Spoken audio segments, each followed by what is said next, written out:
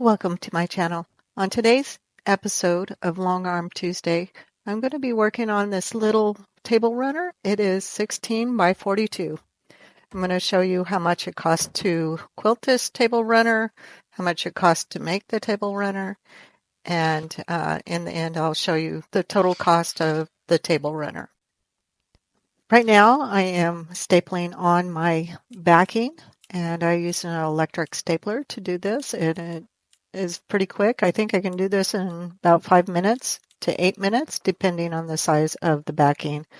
So then I just throw it over the back of my long arm and roll it up to meet the leader and then staple it on. I don't have to center it up or do anything, and it's perfectly flat after I'm done. So I'm just using some scrap batting that I had, save a little bit of money and use up all that scrap. So I'm going to choose a omni thread for this project for part of it, and then the other part I'm going to use some isocord thread. I did not have any omni thread that matched, so I had to use the isocord thread. These are pre-wound bobbins that I bought from Superior Threads, and I used to use them all the time, and they work really nice. I need to change my foot to an open ruler foot, and this will make it easier to do the stitch in the ditch and the custom quilting that I need to do. I do have Gamel's quick change foot system installed. Just going to clean the bobbin case real quick and get all that lint out of there. And then I'm going to put on my ruler plate, and it's very heavy duty, and this is what it looks like, and it is a pain to install. At least it is a pain for me. So now I got to change my thread, so I'm just going to clip the old thread, and then I'll tie a knot in the new one, and then I'll pull it through my system. And this is the easiest way to rethread your machine.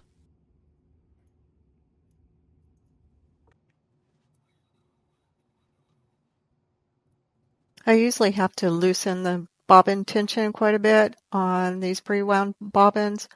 So when I usually put it in, it'll go up to, I think this one almost went up to 400, so I had to loosen it quite a bit. I think I did have to change the top tension just a little bit. I can't seem to remember exactly what I did in this, but I think I did change it just a little bit. So I need to clean my tracks real quick. Sometimes there's a lot of cleaning you have to do before you start quilting, and cleaning the tracks and the rollers is one of the duties that we have to do. So I'm just going to baste down the top of the quilt. I'm putting on my clamps, and I did not make a line at the top of the quilt. I'm just basting it down. I have my channel locks on, and it usually produces a pretty good result. So I don't usually put the line down first. I probably should have started off rolling the quilt up a little bit more so I could get down to the bottom, but I didn't, so I have to roll it up a little bit so I can finish stitching the whole thing down. So the whole thing fits in my quiltable space on my long arm, so that made it a lot easier to quilt this little table runner. Let's do a quick recap. The table runner is 16 by 42. It cost me $42 to make the table runner. That's three-quarters of a yard for the red, three-quarters of a yard for the light, and 1.5 yards for the backing, and 1 fat quarter for the binding. The thread I used was Omni thread, and it was $14. The isocord thread was $9, and the pre-wound bobbins are a 12-pack for $19.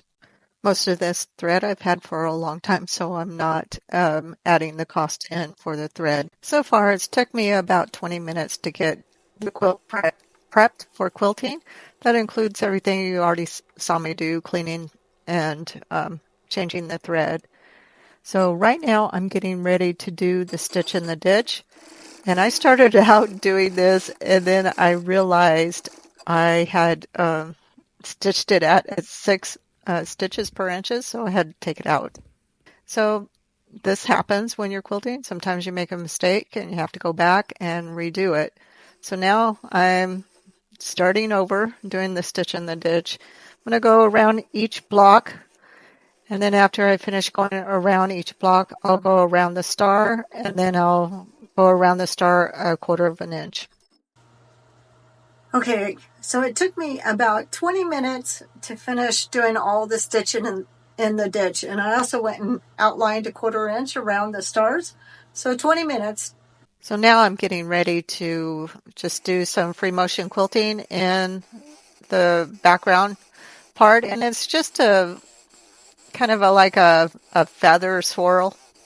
So I'm going to use my kind of curved ruler, and I already changed my thread to the red thread, and I'm just going to do these little, I don't know what you call them, these little half circles in the star.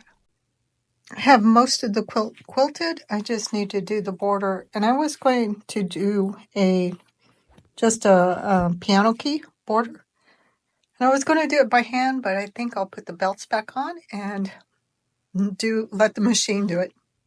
So I was going to do a piano key, but I think I'm just going to do this little flower border, and I have it all set up and everything's joined, and so I'm just going to go ahead and stitch it out.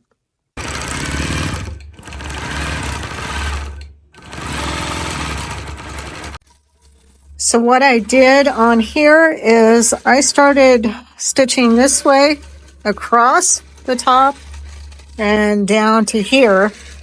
And then I'm coming back and stitching this one all the way to here, because if I would have just let it continue and stitch this way, sometimes it doesn't like stitching that way and it'll break thread. And I think this is probably the easiest way to do it. And I had to stop my machine a couple of times because I couldn't see the red thread.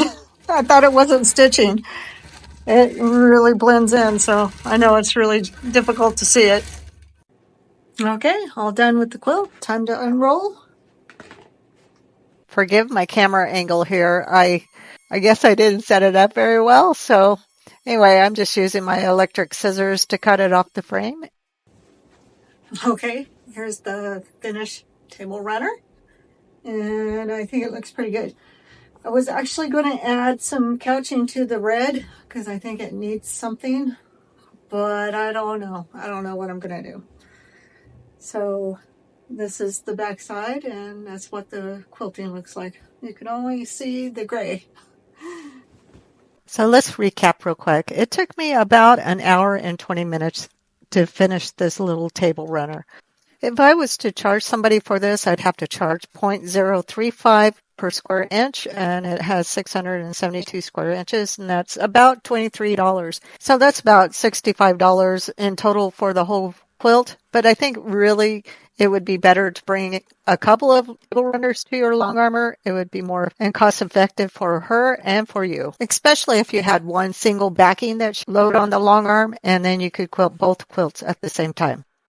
All right, here's the finished quilt, and I just used a partial fat quarter that I had and sewed it together for the binding. So this is what it looks like.